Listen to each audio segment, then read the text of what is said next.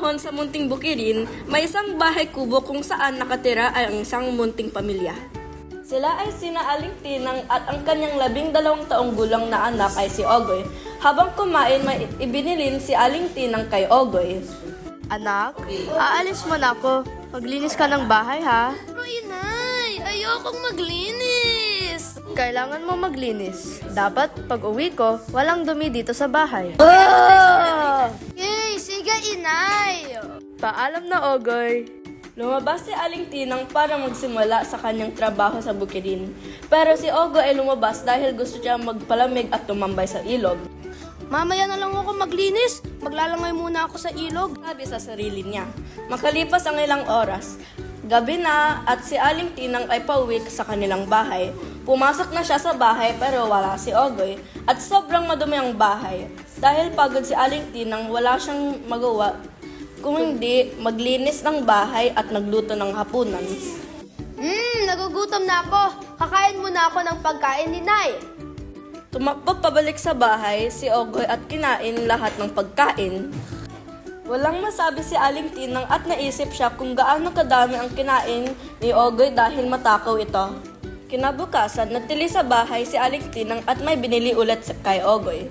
Ogoy, ibigay mo ang mga saging kay Aling Mameng at ipapalit mo ng bigas. Sige po, Nay. Kinuha ni Ogoy ang mga saging at nagsimula maglakad papunta kay Aling Mameng. Habang lumalakad, nagutom si Ogoy at gusto siyang itikman ang mga saging. Mukhang masarap ang mga saging na ito. Tikman ko nga. Umupo siya sa ilalim ng puno at kumuha ng isang saging at kinagat niya. Masarap at matamis ang lasa nito kaya kinain at kinain lahat ng saging hanggang naubos niya lahat ng saging. Sarap nito. Hala, naubos ko ang lahat ng saging.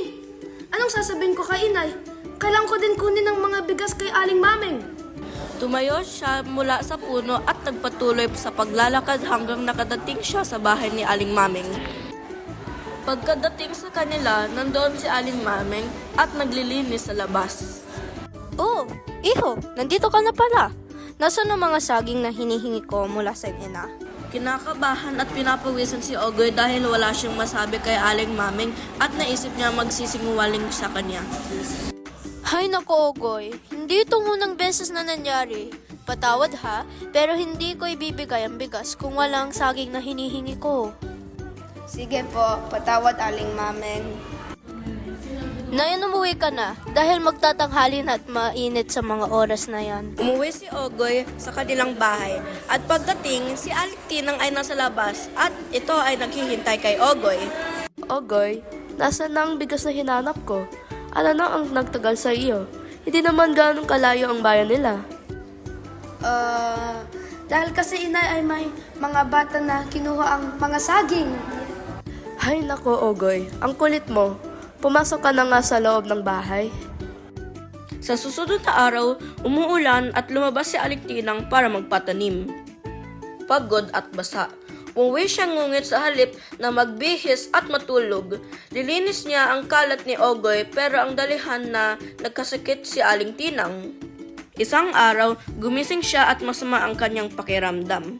Dahil dito, hindi siya makagalaw ng maayos kaya ginising niya si Ogoy. Ogoy, pwede ka ba magpainit ng tubig dahil iinom ako ng salabat? Walang pakialam si Ogoy at patuloy siyang matulog. Kahit gising at gising si Ogoy pero tulog pa rin. Dahil dito nainis ng tuluyan si Aling Tinang at kumuha ng sandok mula sa kusina at pasigaw ng sinabi kay Ogoy, Wala kang silbig, bata ka, Ogoy! Gumising ka na dyan kahit masakit ang katawan ko, sasapalin kita ng sandok!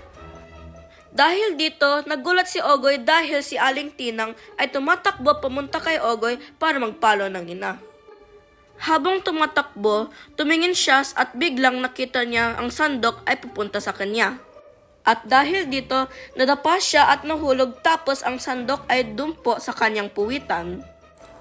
Aray! Ang sakit ng ulo ko! Habang tumatakbo si Ogoy, hindi siya bumalik sa bahay kasi natakot siya sa kanyang itsura. Yung itsura na ni Ogoy ay parang isang unggoy kasi tumutubo na ang mga balihibo sa kanyang katawan. Ang aral ay, huwag kang maging isang matamad na bata para hindi kang pagalitan ng mga magulang mo. Sa wakas,